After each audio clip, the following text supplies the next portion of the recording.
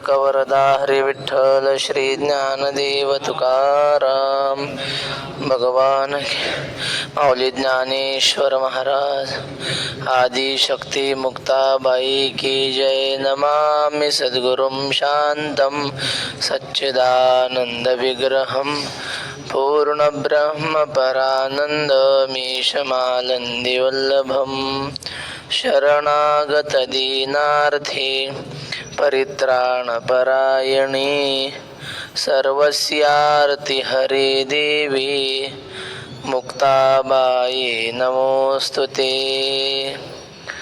कर्मणो ह्यपि बोद्धव्यं बोद्धव्यं च विकर्मणः अकर्मणश्च बोद्धव्यं गहना कर्मणो गतिः.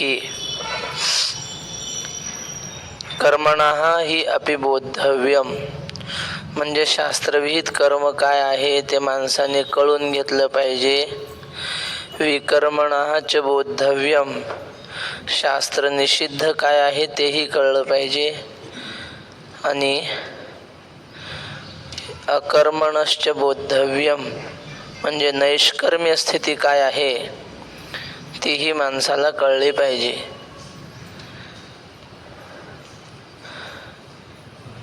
कर्मणः गहना गतिः कर्माची गती फार कठीण आहे कळणं. या श्लोकामध्ये कर्म, विकर्म आणि अकर्म असे 3 शब्द आहेत. कर्म म्हणजे शास्त्रविहित कर्म, तर विकर्म म्हणजे या ठिकाणी आपण शास्त्र निषिद्ध कर्म असा अर्थ घेतला. काही ठिकाणी विकर्म म्हणजे विशेष कर्म, भगवद अर्पण रूपात केलेलं कर्म असा अर्थ आहे. आणि अकर्मणः म्हणजे निषिद्ध कर्म असा अर्थ केलाय. काही असो, पण हे 3ही प्रकारचे कर्म कळले पाहिजे. तरी कर्म म्हणजे स्वभावे जेणे विश्वाकारू संभवे ते सम्यक आधी जाणावे लागे येथ. कर्म म्हणजे काय? स्वभावतः पहिल्यांदा जे कर्म केलं गेलं, परमात्म्याने जे कर्म केलं ते विश्वाकारू जेणे संभवे. हे सगळं जग निर्माण केलं ईश्वराने. हे जगातलं पहिलं कर्म आहे की नाही? पण एवढं जग सुंदर काल आपण पाहिलं, किती सुंदर जग निर्माण केलं त्या देवाने. पण एवढं जग निर्माण करून सुद्धा तो अकर्ता आहे, मी काही केलं नाही असं म्हणतो. हे मजची स्तव जाहले परे म्या नाही केले असा तो परमात्मा म्हणतो. अशा प्रकारचा भाव आपल्याही मनात जागृत झाला पाहिजे. कारण त्याच ईश्वराचे आपण अंश असल्यामुळे ईश्वर जसा सगळ्या जगाची निर्मिती करून सुद्धा अकर्ता आहे, त्याप्रमाणे आपण सुद्धा आपल्या हातून जे कर्म होतात त्यापासून आपण वेगळे आहोत अशी भावना जर अंतःकरणात धरली, ते सम्यक आधी जाणावे लागेत. ते भगवंताचं नैष्कर्म्य स्वरूप आपण जाणलं आणि त्याप्रमाणे आपण राहिलो तर मग आपलं कर्म ईश्वरार्पण होऊन आपण त्या कर्मबंधनातून मुक्त होतो. मग वर्णाश्रमासी उचित जे विशेष कर्म विहित तेही ओळखावे निश्चित उपयोगीसी. मग वर्णानुसार आपल्या वाट्याला जे कर्म आलं असेल, ब्राह्मण, क्षत्रिय, वैश्य, शूद्र, आपण ज्या भूमिकेत असो त्या भूमिकेतलं कर्म आपण उचित म्हणजे योग्य जे वाट्याला आला असेल ते करावं.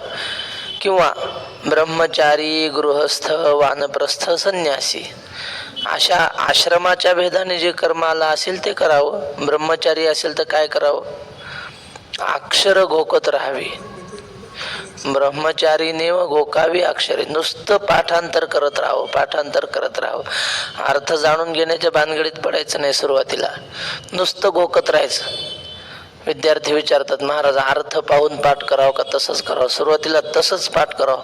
अर्थ जाणाय गेलं की माणूस पाठांतराकडे दुर्लक्ष करतं. मग त्या अर्थात रंगून जातो माणूस. म्हणून अर्थ पाहूच नाही, आधी घोकायचं. माळ घ्यायची हातात, एक अभंग म्हणायचा, मनी ओढायचा, पुन्हा तोच अभंग म्हणायचा, दुसरा मनी ओढायचा. 108 वेळा एक अभंग म्हणलं की पाठच. असं करायचं सुरुवातीला. जेवढ्या जास्त गोखता येईल तेवढं गोकत राहायचं. तसा हा ब्रह्मचार्याचा धर्म, गृहस्थाचा आपल्या सगळ्याला माहिती आहे. तर अशा प्रकारे आपल्या वाट्याला जे कर्म आलं ते योग्य पद्धतीनं उचित करायचं. जे विशेष कर्म विहित तेही ओळखावे निश्चित उपयोगीसी. आणि ते आपल्या वाट्याला जे आलं ते जाणावं, नेमकं काय आपण योग्य केलं पाहिजे. अशा पद्धतीनं जाणून त्याचा उपयोग काय आहे, त्याचं फळ आपल्याला काय मिळणार आहे, हा सगळा विचार करून कर्म केलं पाहिजे. पाठी जे निषिद्ध म्हणिपे तेही बुझावे स्वरूपे, येतुलिनी काही न गोंफे आपैसेची. आणि जे निषिद्ध शास्त्राने करू नये म्हणून सांगितलं ते सुद्धा ओळखलं पाहिजे. बुझावे म्हणजे काय, जाणून घ्यावं स्वरूपाने, म्हणजे पूर्णपणे जाणून घ्यावं. येतुलिनी काही न गोंफे आपैसेची. असं जर आपण केलं तर मग आपण कुठं गुरफटत नाही, अडकत नाही. हे विष आहे आणि हे अमृत आहे असं कळाल्यावर माणूस विष पिईल का? नाही. तसं हे निषिद्ध आहे आणि हे विहित आहे असं कळाल्यावर माणूस निषिद्ध कर्म करणार नाही. म्हणून जाणून घेतलं पाहिजे. आता काही लोक असतात खेड्यापाड्याने लांब कुठंतरी अरण्यात त्यांची गावं, ते मांसाहार करतात, भिल्ल वगैरे लोक. त्यांचा गुन्हा नाही, त्यांना माहीतच नाही मांसाहार करू नये. माळ घालणं म्हणजे काय असतं हे त्यांना ठाऊकच नाही महाराज. ज्यांना ठाऊक आहे ते जर करत असतील तर मग अवघड आहे. निषिद्ध म्हणिबे आमचे श्री ते सांगतात, प्रवीण बुवा आपले, तुम्ही त्यांना जावाई बुवा म्हणता, ते त्यांच्या मुखात नेहमी वाक्य असतं, निषेध हा पूर्णपणे त्याग केला पाहिजे आणि विहिताचं यथाशक्ती आचरण केलं पाहिजे. आता सगळं शास्त्राने सांगितलं असतं, असं वागावं, तसं वागावं, तसं वागावं, तसं वागावं, सगळं वागता येतं का आपल्याला? सांगा. जेवढं आजपर्यंत आपण ऐकलं कीर्तनात प्रवचनात कसं वागावं, सगळं वागता येतं का? नाही. पण जेवढं जमल तेवढं चांगलं वागण्याचा प्रयत्न करावा. आणि निषिद्ध मात्र पूर्ण त्याग करावा निषिद्धाचा. थोडंसं खाल्लं कवा बुवा तर चालतंय असं जमत नसतंय, ते पूर्ण त्याग त्याचा. चोरी करूच नाही, वर्षभर करू नये, एखाद दिवशी गेलीच चालते असं जमतंय का? नाही नाही नाही, तसं नाही. ते निषेधाचा पूर्णतः त्याग आणि विहिताचं यथाशक्ती ग्रहण असं ध्यानात ठेवायचं. वा वा. दुधाची ये घागरी मद्याचा बुंद पडली या शुद्ध नव्हे. मग एवढी घागरभर दूध आहे आणि त्याच्यात एक थेंब पडला मदिरेचा, मग ते दूध शुद्ध राहतं का? नाही नाही. अहो 20-30 लिटर समजा तूप असेल किलो आणि त्याच्यात एक राखेलचा थेंब पडला ना, अख्खं तूप वाया जातं. तसं निषेधाचा पूर्ण त्याग पाहिजे. थोडं जरी निषिद्ध कर्म आचरण घडत असेल तर मग ते चूक आहे. तेव्हा हे कळून घेतलं पाहिजे की निषिद्ध काय आणि विहित काय. एरवी जग हे कर्माधीन, ऐसी याची व्याप्ती गहन, परिते असो ऐके चिन्ह प्राप्तांचे गा. सगळं जग कर्म केल्याशिवाय कोणी राहू शकत नाही. काही ना काही कर्म करावंच लागतं. म्हणजे आपल्या भाषेत जगायचं असेल तर हातपाय हलवावेच लागतात, नाहीतर कसं जगल माणूस? किती श्रीमंत असू द्या, जागेवर बसून खातो, पण त्याला खायला तरी तोंड हलवावंच लागतं ना. श्री गुरु राऊत बाबा सांगतात, एक राजकुमार होता म्हणले, लय नाजूक, म्हणजे काहीच हातानं करायचं नाही. त्याला आंघोळ घालायला लोक, अंग पुसायला लोक, खाऊ घालायला लोक. आणि त्याचा विवाह झाला, मग त्याची सेवा त्याची पत्नी करायची. मग ते काय अशी मऊ चपाती करायची, म्हणले उंडा चुरून ठेवायचा 2 तास आधी. ते मुरला की चपाती नरम होते म्हण, आपल्याला माहित नाही. मग ते हुंडा चुरून ठेवायची. आणि हुंडा पाण्यात चुरायचा नाही, तुपात दुधात हुंडा चुरायचा, म्हणजे मऊ झाली पाहिजे चपाती म्हणून. आणि मग ते चपाती करायची पातळ अशी कागदासारखी आणि तुपात चुरायची आणि ती नवऱ्याला खाऊ घालायची. तिच्या नवरा नाजूक, आणि तसं ते काला खाताना सुद्धा त्याला घामाच्या धारा लागायच्या. ती म्हणली, का हो तुम्हाला मी खाऊ घालते एवढं करते तरी तुम्हाला घाम येतो? तो म्हणला, मग चावायला काय तुझा बाप येतो का? म्हणे चावावं तर मलाच लागतंय ना. अरे बाबा, पोट भरायचं म्हणले तेवढं तर केलंच पाहिजे ना. कर्म काहीच करत नाही म्हणल्यावर कसं काय जगता येईल? सगळं जग हे कर्म केल्याशिवाय जगू शकत नाही. हे सगळं जग कर्माधीन आहे. ऐशी याची व्याप्ती गहन, हे सगळीकडे व्याप्ती आहे कर्माची. कोणीच एका जागेवर बसू शकत नाही, राहू शकत नाही. अशी कर्माची व्याप्ती. व्याप्ती म्हणजे व्यापकपणे कर्माचं. परी ते असो ऐके चिन्ह प्राप्तांचे काय. हे सामान्य माणसाचं जाऊ दे, ज्ञानी माणसं कशी कर्म करतात ते आपण जाणलं पाहिजे. परमार्थ करताना पुढच्या माणसाकडे पाहावं आणि संसार करताना मागच्याकडे पाहावं म्हणतात. म्हणजे संसार करताना आपल्यापेक्षा जे गरीब आहेत त्याच्याकडे पाहावं. अरे आपल्याला तर एवढं देवानं दिलं.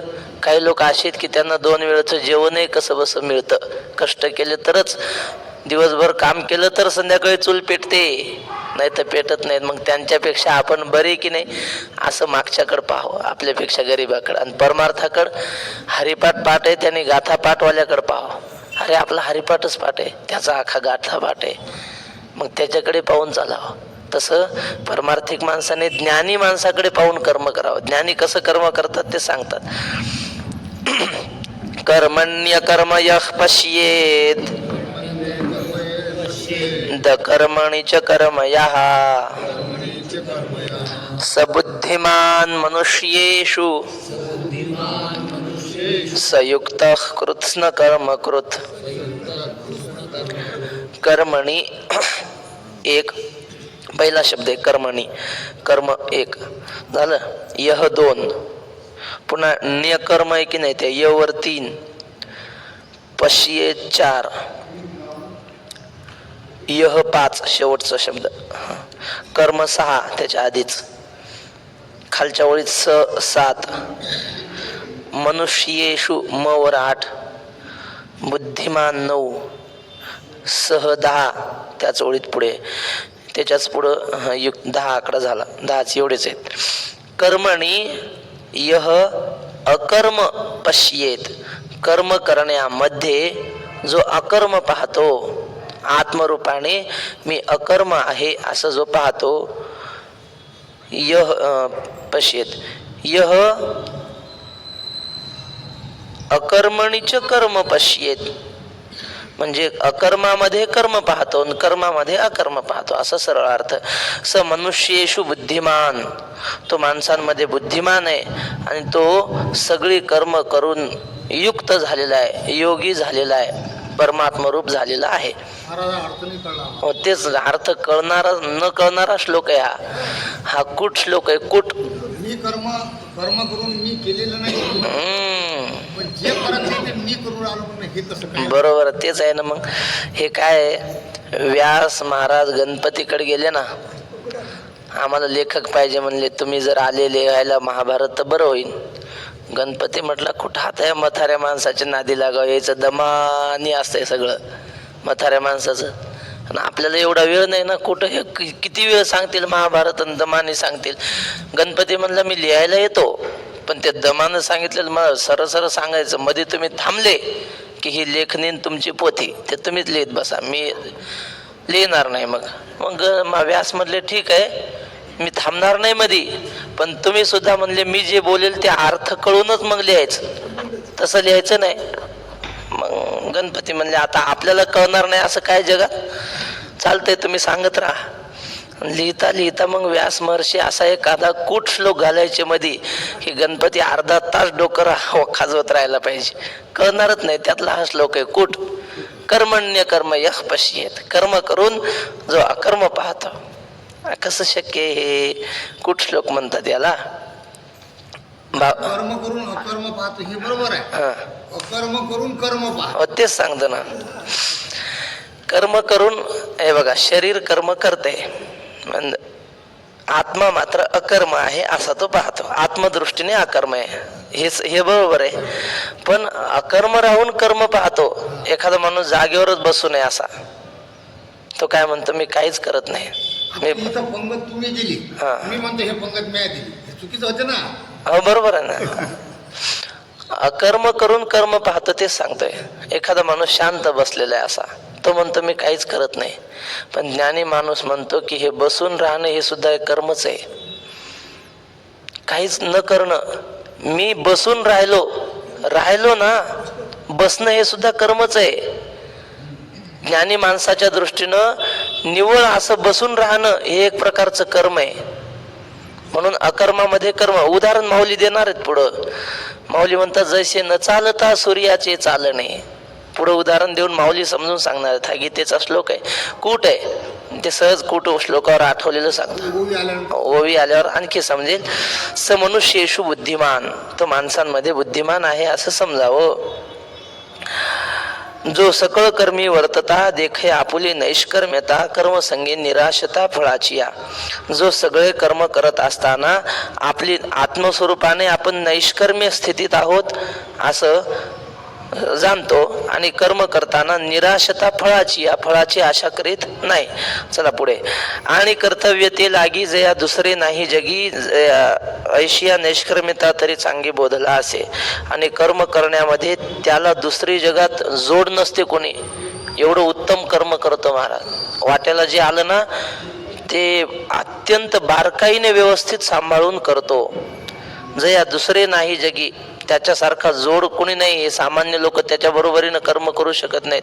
ज्ञानोबा आपल्या तुकोबाऱ्यांच्या जीवनातलं उदाहरण सांगितलं ना.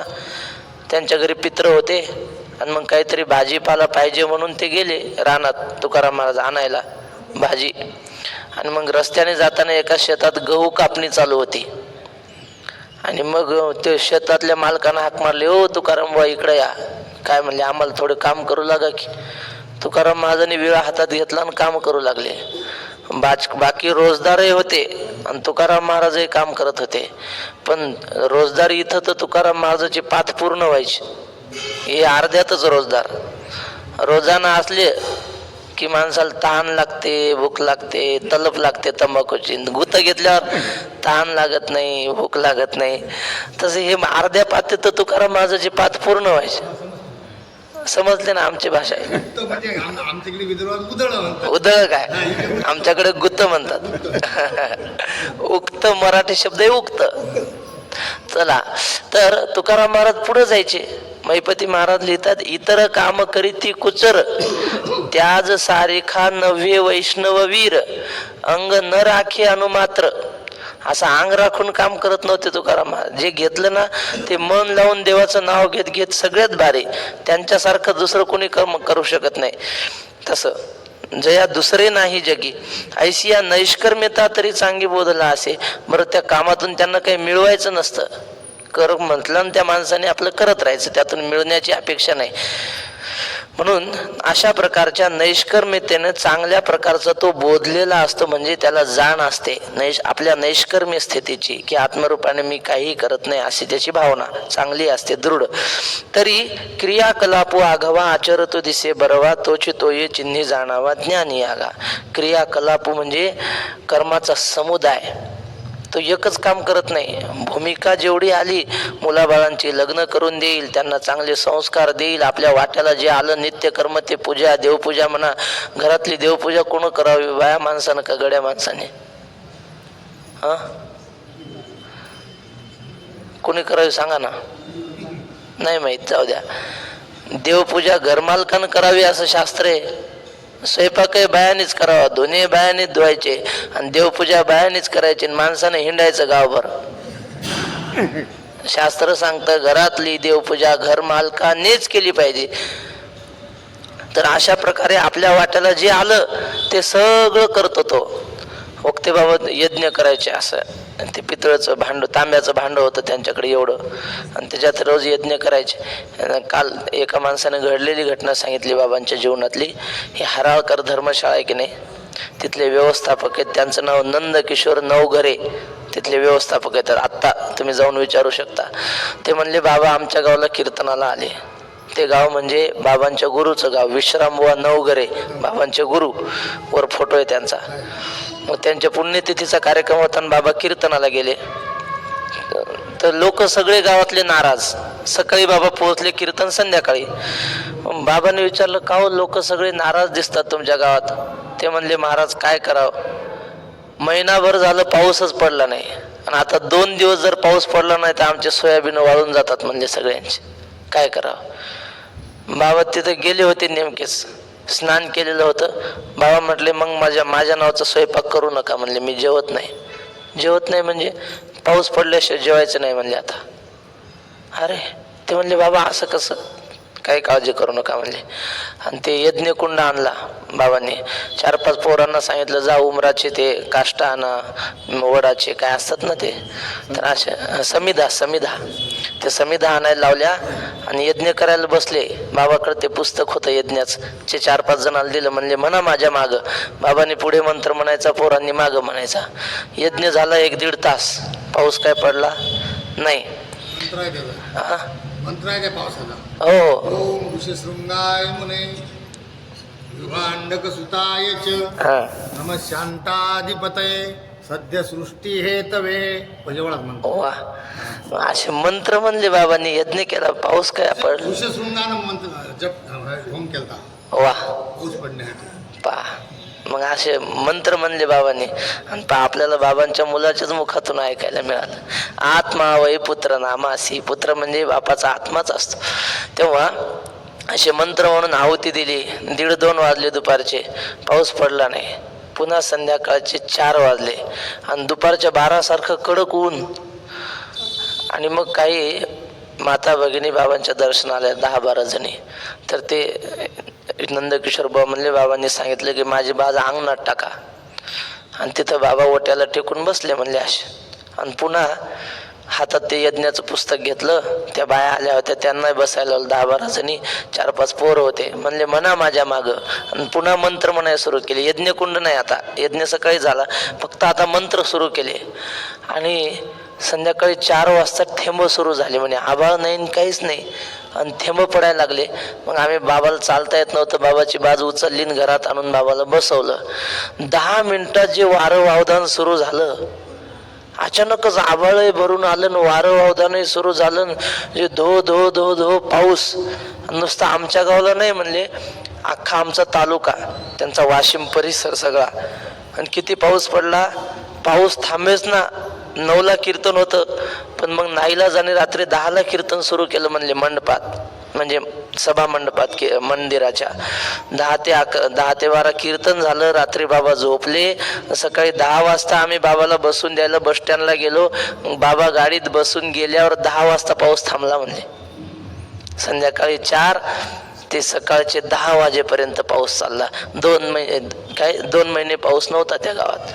आणि पिकं वाळून चालले होते. कशाचा परिणाम हा नित्य कर्माचा परिणाम. बाबांनी रोज यज्ञ करायचे. आणि म्हणले पाऊस पडेपर्यंत जेवणार नाही मी.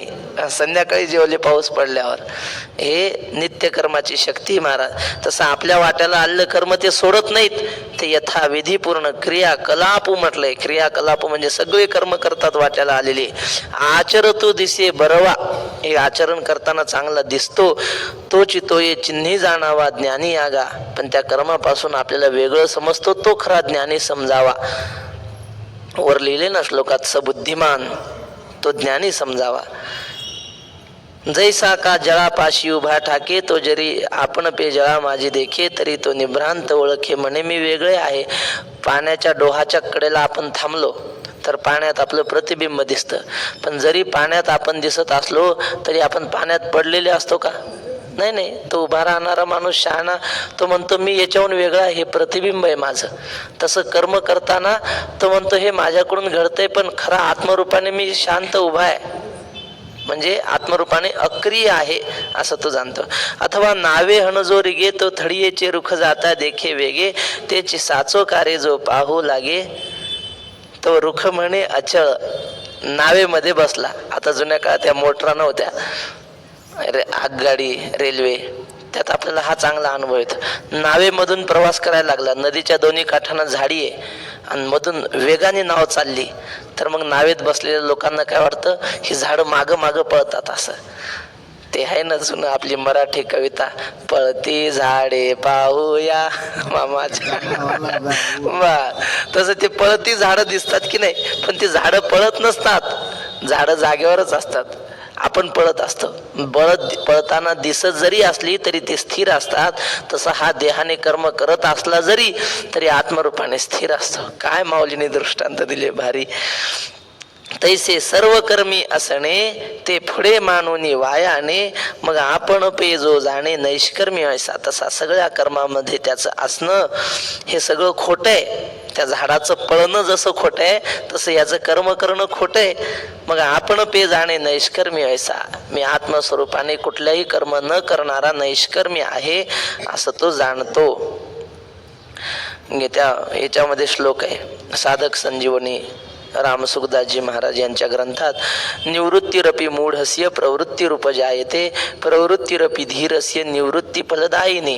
म्हणजे सामान्य माणसाने कर्माचा त्याग जरी केला, संसार सोडला तरी त्याचा संसारच चालू असतो. इकडे जरी आला चातुर्मास आला तरी इथून सोयरिकी जुळवतो तो. कर्माचा त्याग जरी केला तरी त्याचा संसार चालूच असतो. आणि प्रवृत्तीरपी धीरस्य, आणि सामान्य माणूस आश्रम काढला आणि विद्यार्थी घडवतो आणि पंक्ती घालतो असा संसार जरी दिसला ज्ञानी माणसाचा तरी तो बोधाने अकर्म असतो, त्या म्हणजे नैष्कर्म्य स्थितीत असतो, निवृत्ती स्थितीत असतो. उदो असतो चेनीप्रमाणे जैसे न चालता सूर्याचे चालणे तैसे नैष्कर्म्यत्व जाणे कर्मीची असता. सूर्य उगवतो सकाळी, पुन्हा संध्याकाळी मावळतो. हे फिरतो की नाही सूर्य? असं फिरतो असं वाटतं, पण ज्ञानेश्वर महाराज म्हणतात सूर्य एकाच जागी स्थिर आहे, बाकीचे सगळे ग्रह त्याच्या भोवती फिरतात. पृथ्वी सूर्याभोवती फिरते, सूर्य नाही फिरत पृथ्वीभोवती. पण मग सूर्य फिरल्यासारखा वाटतं की नाही? तसा ज्ञानी महात्मा फिरत नाही, कर्म करत नाही, पण कर्म केल्यासारखा वाटतो. तो एकाच जागी आहे. जसं सूर्य न चालता सूर्याचे चालणे, सूर्याचं चालणं जसं वाटतं न चालता, तसे नैष्कर्म्यत्व जाणे कर्मीची असता. कर्म करत असताना सुद्धा मी नैष्कर्म्य स्थिर आहे असं तो जाणतो. तो मनुष्यासारखा तरी आवडे परी मनुष्यत्व तया न घडे जैसे हा. आणि उदो असतो चेनी प्रमाणे, म्हणजे उदय होणं, मावळणं, असतो म्हणजे मावळणं. या निमित्ताने सूर्य चालणारा वाटतो की नाही? फिरणारा वाटतो. इकडून उगवतो पश्चिमेला मावळतो, पूर्वेकडून उगवतो पश्चिमेला, असं फिरणं वाटतं, चालणं वाटतं त्याचं. पण आपण जर विचार केला खरा, त्या खगोलशास्त्राच्या दृष्टीने विचार केला तर सूर्य फिरत नाही, तो एकाच जागी स्थिर आहे असं वेदामध्ये लिहिलंय. हे आता नाही, वेदामध्ये काय लिहिलंय बघा. सूर्य आत्मा जगस्तस्थु कश्च, तस्थु म्हणजे स्थिर आहे. या जगाचा आत्मा असलेला सूर्य तो स्थिर आहे. पुन्हा ऋग्वेदामध्ये प्रथम मंडलामध्ये 105व्या सूक्तात 10वा मंत्र आहे, अमी ये पंचक्षणो मध्ये तस्थुर्महो दिवाहा. म्हणजे हा सूर्य सगळ्या ग्रहांच्या मध्ये स्थिर असून तस्थु. हे तुम्ही सांगू राहिले हे योग्यच आहे पुरी. विज्ञानाचे तसंच म्हणणं आहे, ज्ञानोबाचे तसंच म्हणणं आहे. पण पुराणामध्ये असं दाखवलं की सूर्याची वाटचाल दाखवली. उत्तरायणामध्ये सूर्य उत्तर दिशेनं हे करते, पलायन करते. दक्षिणायनामध्ये दक्षिण दिशेनं सूर्य पलायन करते. दक्षिण ध्रुवात उजेड पडते दक्षिणायनात. उत्तरायणात उत्तर ध्रुवात प्रकाश पडते. प्रकाश पडू द्या, सूर्य स्थिर आहे हो, त्याच्या भोवती फिरणारे जागा बदलतात, त्यामुळे सूर्य बदलल्यासारखं वाटतं. तुमचं म्हणणं समजलं मला, पण ह्याच्यात आपल्या पुराणामध्ये त्याचं सर्वच दाखवलं सूर्य. आता हे बघा, तुम्हाला ज्ञानेश्वरी ते मी अशी ओवी दाखवतो. नाही नाही नाही नाही, याच्या विरुद्ध ओवी दाखवतो ना तुम्हाला. ज्ञानेश्वर महाराज म्हणतात की जगाची अंधे फेडीत श्रियेची रावळे उघडीत निघे जैसा भास्वत प्रदक्षिणे. भास्वत प्रदक्षिणेला निघतो, भास्वत म्हणजे सूर्य, सूर्य प्रदक्षिणेला निघतो. पण हे माऊलीचं बोलणं काव्यात्मक आहे, सामान्य माणसाच्या भूमिकेला त्याच्या समजुतीला धरून ते बोलणं आहे माऊलींचं. पण वास्तविक माऊली इथं काय सांगतात की सूर्य स्थिर आहे, स्थिर. तसं काही ठिकाणी सामान्य माणसाच्या भूमिकेला धरून ते निरूपण असतं. तर आता या बोलण्याला शास्त्रीय आधार आहे की नाही, म्हणून हे सांगायचं. तर तो मनुष्यासारखा तरी आवडे असा जो कर्म करून अकर्म स्थितीमध्ये असतो, आणि न कर्म करण्याला जो कर्म समजतो. काका तुमच्या प्रश्नाचं उत्तर म्हणजे कर्म न करणं हे महात्म्याच्या दृष्टीने एक प्रकारचं कर्म करणंच आहे. एखादा माणूस बसून राहिला ना ते त्याला वाटतं मी काही करत नाही, पण संताच्या दृष्टीनं ते कर्म आहे. बसणं सुद्धा एक काय कर्म आहे. त्यापेक्षा कर्म करावं त्या फळाची अपेक्षा करू नये, म्हणजे मग नैष्कर्म्य स्थितीत राहता येतं. नाही महाराज, तसं नाही. मी तुम्हाला म्हणतो, योगी तपस्वी पुरुष हा काहीच करत नाही. काही करत नाही हेच त्याचं कर्म आहे. काही करत नाही तो हेच त्याचं कर्म आहे. काही करत नाही कसं, आता हे कर्म करतात असं दिलंय की, आता वक्तेबाबाचं उदाहरण कशाला सांगितलं मी. क्रियाकलापू आघवा आचरत दिसे बरवा. सगळे कर्म करतो पण त्यामध्ये आपलं नैष्कर्म्य पाहतो. मी काही आत्मरूपाने काही करत नाही, शरीर करतंय सगळं असं पाहतो. नाही, हे तर करता करून अकर्ता झाला. हो, करता असून अकर्ता झाला. अकर्ता असून करता सांगू राहिलो. ते सामान्य जीवाच्या दृष्टीने सांगितलेलं आहे की सामान्य जीवाला कामाचा कंटाळा येतो, आळशी असतात लोक, काही करू वाटत नाही. मग त्या राजकुमाराचं सांगितलं तसं. मग तो म्हणतो मी काही करत नाही, मी बसू नये. पण बाबा तू काही करत नाही, बसणं हे सुद्धा एक कर्म आहे असं सांगायचं त्यांना. अकर्मणीचे कर्म ह्या पश्येत, अशा अकर्मामध्ये तो कर्म करणं पाहतो. चला आता हा कूट श्लोक आहे. ज्ञानेश्वर महाराज म्हणतात, व्यासाधिकांचे उन्मेख राहटती जेथ साशंक. म्हणजे व्यासाधिकांना सुद्धा या गीतेबद्दल कधी कधी शंका निर्माण होते, काय अर्थ असेल याचा. तिथे व्यासांना माहिती, ज्ञानोबारायांना माहिती, आपण फक्त अंदाज लावू शकतो माऊलींच्या शब्दाचा. तेव्हा तो मनुष्या सारिखा तरी आवडे, परी मनुष्यत्व तया न घडे. असा हा ज्ञानी जो बुद्धिमान असतो तो माणसासारखा दिसतो, सामान्य माणसासारखा, परी मनुष्यत्व तया न घडे. त्याला माणूस म्हणू नये. संत नवती जगा माणसा त्या सारिखे. संत सामान्य माणसासारखे दिसले तरी त्यांना माणूस म्हणू नये. मुक्ताचे देह जैसे हाले चाले संस्कार वसे, ते देखोनी लोक पिशे करता म्हणते. त्या महात्म्याला करता म्हणू नये, सामान्य माणूस म्हणू नये. जैसे जळी जळा माझी न बुडे भानुबिंब. जसं सूर्याचं प्रतिबिंब पाण्यात पडलं तरी त्या पाण्यात ते पडलेलं नसतं, ते अलिप्त असतं वर आकाशात. तसा हा माणसांमध्ये वावरत जरी असला तरी आत्मरूपाने तिकडं असतं देवापाशी. ते वर्तत दिसती देही, परी ते देही ना माझ्या ठाई, आणि मी तयांच्या हृदयी समग्र असे. आता पहा किती सुंदर तुकाराम महाराजांचा दृष्टांत आहे. तेणे न पाहता विश्व देखिले, न करिता सर्व केले, न भोगिता भोगिले भोग्य जात. त्याने न पाहता सगळं विश्व पाहिलं. हा मला वरच्या याच्यासाठी तुकाराम महाराजांचं दृष्टांत सांगायचा होता की तो माणसासारखा दिसत असला तरी माणूस नाही. तुकोबारायांचं कीर्तन ऐकायला 2 संन्यासी आले लोहगावला. ते कीर्तन चालू होतं, ते ऐकलं. ते संन्यासी खवळले, म्हणले हा काय साध्या कुळात जन्माला आला का, ब्राह्मण आहे का, याने काय लोकांना ज्ञान सांगावं, याच्या मुखातून ऐकू नये. आणि मग न शूद्राय मतिम दद्यात, शूद्राला कोणी ज्ञान सांगू नये, शूद्राने कोणाला सांगू नये असं त्यांनी आंदोलन केलं संन्याशांनी. आणि पुण्याला गेले दादोजी कोंडदेवाकडे. शिवाजी महाराजांचे सेनापती होते ना ते दादोजी कोंडदेव, गुरु होते. मग त्यांच्याकडे तक्रार केली, त्या तुकाराम बुवाचा बंदोबस्त करा, ते लोकांना ज्ञान सांगत सुटलाय, त्याचा काय अधिकार. मग काय करू म्हणले बंदोबस्त दादोजी. त्याला इथं बोलवा पुण्यात, आम्ही त्याच्याशी वाद करतो. मग ते दादोजी कोंडदेव लय कडक, भयंकर कडक माणूस. ते म्हणला महाराज तुम्ही संन्यासी आहे, मी तुमची आज्ञा मानतो, मी त्या बोला इथं बोलून घेईन आणि दोघात तुमच्यात वाद होईल, तुम्ही दोघं तो एकटा. आणि त्यात जर दोघांपैकी कोणी हरला तर त्याची गाढवाहून मिरवणूक काढीन म्हणे. ते म्हणले चालतंय. पहा बरं महाराज, मी तुम्ही संन्यासी म्हणून सोडणार नाही, ते मला बाकी काही सांगायचं नाही. हा बोलवा म्हणले. त्याला एका क्षणात हरवत. त्याला काय कुठं शिकलंय का, चातुर्मासाला राहिलंय का, भांडारकर सोडलं का, विचारसागर काय केलं त्या तुकाराम बुवानं. भजन करत होता, भजन करता करता कीर्तन केले.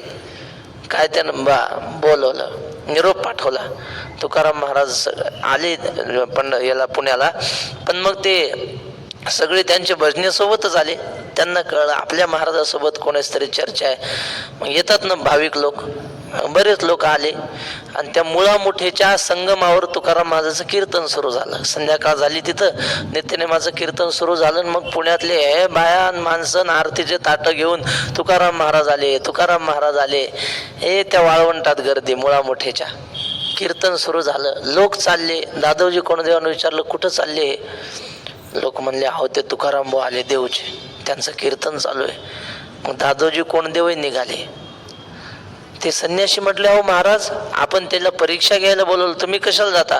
ते दादोजी कोंडदेव म्हणले मी नेता आहे समाजाचा, समाज जिकडं वळल तिकडं मला वळावं लागतंय, ते तुमची परीक्षा नंतर होईल, आधी मला लोकांसोबत जावं लागतंय म्हणले. मग दादोजी कोंडदेव गेले. हे अपार समुदाय तिथं कीर्तनाला. आणि मग कीर्तन झालं. तुकाराम महाराजांना घेऊन आले दादोजी कोंडदेव लाल महालामध्ये. आणि लाल महालात कीर्तनाला उभे राहिले तुकाराम महाराज. संन्यासी पुढे बसलेले. दादोजी कोंडदेव त्या संन्याशांना म्हटले महाराज विचारा म्हणले प्रश्न, तुम्हाला काय विचारायचा ते संन्यासी म्हणले जरा कीर्तन सुरू होऊ द्या, मग आम्ही मध्ये विचारू म्हणले कीर्तनात. कीर्तन सुरू झालं महाराज, टाळ मृदंगाचा गजर. आणि मग त्यांना काय व्हायचं, चालू कीर्तनात तुकाराम महाराजाच्या जागी चतुर्भुज मूर्ती दिसायची विष्णूची. थोड्या वेळानं पाहिलं तर तुकाराम बुवा साधे, बाराबंदी फेटा घातलेला. थोड्या वेळानं पाहिलं चतुर्भुज 4 हाताचा मुकुट सावळा विष्णू दिसायचा. त्यांना कळना हे तुकाराम बुवा आहे का महाविष्णू आहे, काही कळना. नंतर त्यांच्या लक्षात आलं, रामेश्वर भट्टाने सांगितलं म्हणे रामेश्वर भट्ट द्विजा तुका विष्णू नाही दुजा. आणि मग त्या दोन्ही संन्याशांनी साष्टांग दंडवत घातला तुकाराम महाराजांच्या पायावर. मग दादोजी कोंडदेव म्हणला हो संन्यासी बुवा हे काय म्हणे, तुम्ही त्यांच्याशी वाद करणार होते ना, तुम्ही लोटांगण घातले याचा अर्थ तुम्ही हार मानली, आणि चला बसा गाढवावर. आणि ते न्हावी बोलवला, 5 पाठ काढायचे असे डोक्यावर, जटा होते की नाही, अपमानित खेटराचे हार घालायचे आणि गाढवाहून मिरवणूक काढायची. लोक म्हणायचे असं कसं, ते असं कसं नाही म्हणे, मी आधी बोललो होतो तुकाराम बोला इकडं कशाला बोलवलं. मग गाढवं आणले आणि चालू त्याचं ते अपमानित करायचं. तुकाराम महाराजांना कळलं. तुकाराम महाराज म्हणले दादोजी बुवा असं करू नका, संन्यासी आहेत म्हणले, काही जरी असलं तरी त्यांच्या अंगावर पोशाख कशाचा आहे, साधूचा आहे. मग साधूची विटंबना केलेली आमच्या पांडुरंगाला आवडणार नाही. गोष्ट संपली. पण तुकाराम महाराज सामान्य माणसासारखे दिसत होते, म्हणजे सामान्य होते का ते, तो मनुष्यासारी खात्री आवडे परी मनुष्यत्व तया न घडे, जैसे जळे जळा माझी न बुडे भानुबिंब, तेने न पाहता विश्व देखिले. त्याला कुठं जायची गरज नाही महाराज, जागेवर बसून विश्व दिसतं महात्म्याला. इथं बसून केदारनाथचं दर्शन करता येतं, इथं बसून बद्रीनाथ पाहता येतं, इथं बसून रामेश्वर पाहता येतं. न पाहता विश्व देखिले, न करिता सर्व केले. आमच्या डोंगरावर नामदेव बाबा वारकरी होते. त्यांना लोक म्हणायचे बाबा चला पंढरपूरला. आता त्यांनी आयुष्यभर आळंदी पंढरी वारी केली, पण थकले, आता होत नाही म्हणून भामचंद्राच्या पायथ्याला थांबले. बाबा म्हणले अरे मला पंढरपूरला यायचं काम नाही, म्हणजे नेहमी नव्हते म्हणत, फार आवडीचा कोणी असला तर एकांतात त्याला म्हणायचे तुला खरं सांगू का म्हणले, मला इथून पांडुरंग दिसतोय, आता कसे कपडे आहेत सांगू का म्हणायचे देवाच्या अंगावर. आणि ते सांगायचे. आणि त्यांना काय माहित मोबाईलवर आता रोजचा फोटो येतोय देवाचा, लाईव्ह दर्शन येतं. मग ते पोर लाईव्ह दर्शन लावायचे आणि बाबाला विचारायचे बाबा सांगा आज कसे कपडे आहेत. बाबा बरोबर सांगायचे, असा हिरव्या रंगाचा पोशाख घातलाय, अमुक असा मुकुट आहे, कधी पागोट बांधलंय, कधी खांद्यावर घोंगडी, बरोबर सांगायचे. न पाहता विश्व देखील, त्याने न पाहता सगळं विश्व पाहिल्यासारखं आहे. न करिता सर्व केले, काही करायचं काम नाही, सगळे कर्म तोच करतो. त्या छांदोग्य उपनिषदात कथा आहे, कोणाची तो गाडीवान रैक्व, तर रैक्वचन राजाचा संवाद आहे. तो रैक्व म्हणतो राजा तू किती सगळ्या जगाची सेवा केली ना, मला एका जागेवर बसून सगळ्या जगाची सेवा केल्याचं पुण्य लागतंय. न करिता सर्व केले, न भोगिता भोगिले भोगे जात. तर साधू महात्म्याला विषयाचा भोग घेऊन आनंद घ्यायचं काम नाही. सगळ्या जगाच्या लोकांच्या आत्मस्वरूप माझंच आहे असं म्हणल्यामुळं सगळ्याच्या ठिकाणी असलेला आनंद माझाच आहे अशी त्याची भावना. न भोगिता भोगिले भोग्य जात, एकीची ठाई बैस. हे बरोबर. हा आता तुम्ही बोलले ना, हे त्याचं उत्तर. असं आहे का, ते माऊली सांगतात पण आम्हाला समजत नाही कसं सांगायचं. हा न भोगिता भोगिले भोग्य जात. बा न भोगिता आतापर्यंत नाही पडलं, आता जमलं. बा न भोगिता भोगिले भोग्य जात. माऊली सांगतात बरोबर उत्तर. एकेची ठाई बैसला परी सर्वत्र तोची गेला. तर जागेवरच बसलेला आहे, पण सगळं केलं, सगळ्या तीर्थयात्रा करतो जागेवर बसून. हे असो विश्व जाहला अंगेची जो, काय सांगावं जास्त. ज्ञानेश्वर महाराज म्हणतात एका वाक्यात सांगू, अहो सगळ्या जगाच्या रूपानं तोच नटलेला आहे. किंबहुना चराचर आपण झाले. हे आधी सांगितलं, हे विश्वची माझे घर, ऐशी मती याची स्थिर. फार काय सांगू, सगळं चराचर म्हणजे तोच आहे. यस्य सर्वे, हा आता श्लोक, यस्य सर्वे समारंभा काम संकल्प वर्जिताः ज्ञानाग्निदग्ध कर्माणं तमाहुः पंडितं बुधाः. वरच्या ओळीला पूर्ण एक आकडा. यस्य सर्वे समारंभाः काम संकल्प वर्जिताः झालं. आता खालच्या ओळीत ज्ञान अग्निदग्ध कर्माणम 2, शेवटचा शब्द बुधा हा 3, तम आहू होय ना, त वर 4 आणि पंडितम 5 आणि ते माहू त्या मावर 6. यस्य सर्वे समारंभा म्हणजे सगळे, ज्याचे सगळे अचाट कर्म, मोठी मोठी कर्म असा अर्थ किंवा नुसता समारंभ म्हणजे कर्म. काम संकल्प वर्जिता हा फलेच्छेने रहित असतात. काम म्हणजे इच्छा, फळाची इच्छेने वर्जित असतात. कल्पना म्हणजे विचार, तर त्या फलेच्छेने रहित त्याची कर्म असतात. ज्ञानाग्नी दग्ध कर्माणम, ज्ञानाग्नीच्या मुखाने त्याने सगळी कर्म जाळलेली असतात. तम बुधा हा तम पंडितम आहुहू, ज्ञानी लोक त्याला पंडित म्हणतात. झालं. आता ओवी, जया पुरुषाच्या ठाई कर्माचा तरी खेदू नाही, परी फलापेक्षा काही संचरे ना. ज्या पुरुषाच्या ठिकाणी, आता इथं पुरुषाच्या आले म्हणजे पुरुषाच्या म्हणजे त्यात स्त्रिया आल्या, पुरुष आले सगळे. ज्या माणसाच्या ठिकाणी कर्माचा खेदू नाही, त्या ज्ञान कर्माचा खेद वाटत नाही. नाही तर आपलं कसं होतंय, मीच एवढं का करावं, आणि मोठ्या भावाला काहीच सांगत नाहीत, सगळं मला लहान्याला सांगतात, नकटं व्हावं पण धाकटं होऊ नये, सगळे आपल्यालाच काम, असं म्हणतात की नाही माणसं. घरात एखादी बाई माणूस असले, 2 भावाचे घरं असतात, पण पाहुणे आली की लहान्याच्या घरी, मायबाप सांभाळायचे लहान्यानंच, सगळं लहान्याच्याच. मग ती घरातली बाई माणूस ती म्हणते, मीच काय गुत्त घेतलं का, मीच सगळं करावं का, एवढ्या लोकांच्या भाकरी मला थापावं लागतात, असे म्हणते की नाही. खेद करतात, खेद. पण शास्त्र असं सांगतं, ज्याला जास्त काम करावं लागतं, जास्त त्रास होतो, त्याचं कर्म कमी होतं ना महाराज. जे आयदी राहतात त्यांचं पाप वाढत राहतं, आणि ज्याला त्रास होतो त्याचं पाप कमी कमी होते ना. मग पाप कमी होणं चांगलं का वाढणं चांगलं? आपल्या वाट्याला देहे दुःख ते सुख मानित जावे, समर्थ रामदास स्वामी म्हणतात. जेवढं शरीराला त्रास होईल तेवढं सुख मानत राहिलं पाहिजे. असो, कर्माचा खेदू नाही, कर्माचा खेद करीत नाही. परी फलापेक्षा काही संचरे ना, पण एवढं कर्म करून सुद्धा फळाची इच्छा करीत नाही. कधीच, काही म्हणजे कधीच त्याच्या मनामध्ये फळाची इच्छा निर्माण होत नाही. आणि हे कर्म मी करीन अथवा आदरले सिद्धी नेईन, येणे संकल्पेही जयाचे मन विटाळेना. आणि आता हे कर्म मी करणार आहे, आणि हे अशा पद्धतीनं करून मी याच्यातून फळ मिळवणार आहे, सिद्धी नेईन, फळापर्यंत नेईन, अशा प्रकारचा संकल्प त्याच्या मनात येत नाही. मग काय करतो तो? काय नाही, देव चालत राहील ते चालत राहतो. देव जसं वाट्याला देईल, आपल्या मनात काही येऊ देत नाही.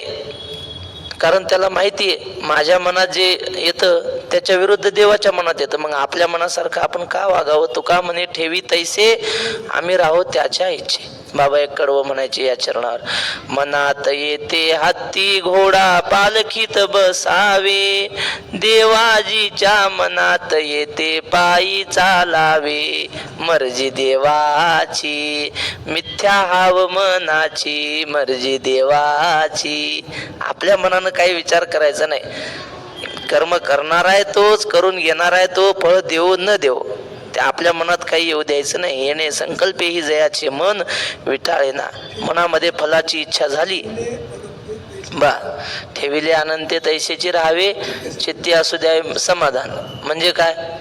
आपलं पलंगावर पडून राहायचं. ते काय म्हणतात ना, पलंगावर हा देरे हाली पलंगावर याला म्हणायचं का ठेविले अनंते तैशीचे राहावे. हा गैरअर्थ आहे महाराज. ठेविले अनंते म्हणजे देवानं मला शेतकरी केलं ना, मी याचा खेद करणार नाही. मला नोकरी लावायला पाहिजे होती, मी दुकानदार पाहिजे होतो असं नाही, शेतीच चांगली करणार याला म्हणायचं ठेविले अनंते.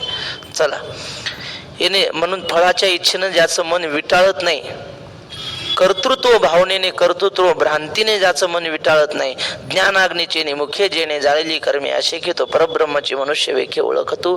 ज्ञानाग्नीच्या मुखाने आपल्या हातून घडणारी सगळी कर्म तो जाळून टाकतो. पाप पुण्य तुका म्हणे आम्ही झालो अग्निरूप, लागून येदू पाप पुण्य अंगा असा होतो.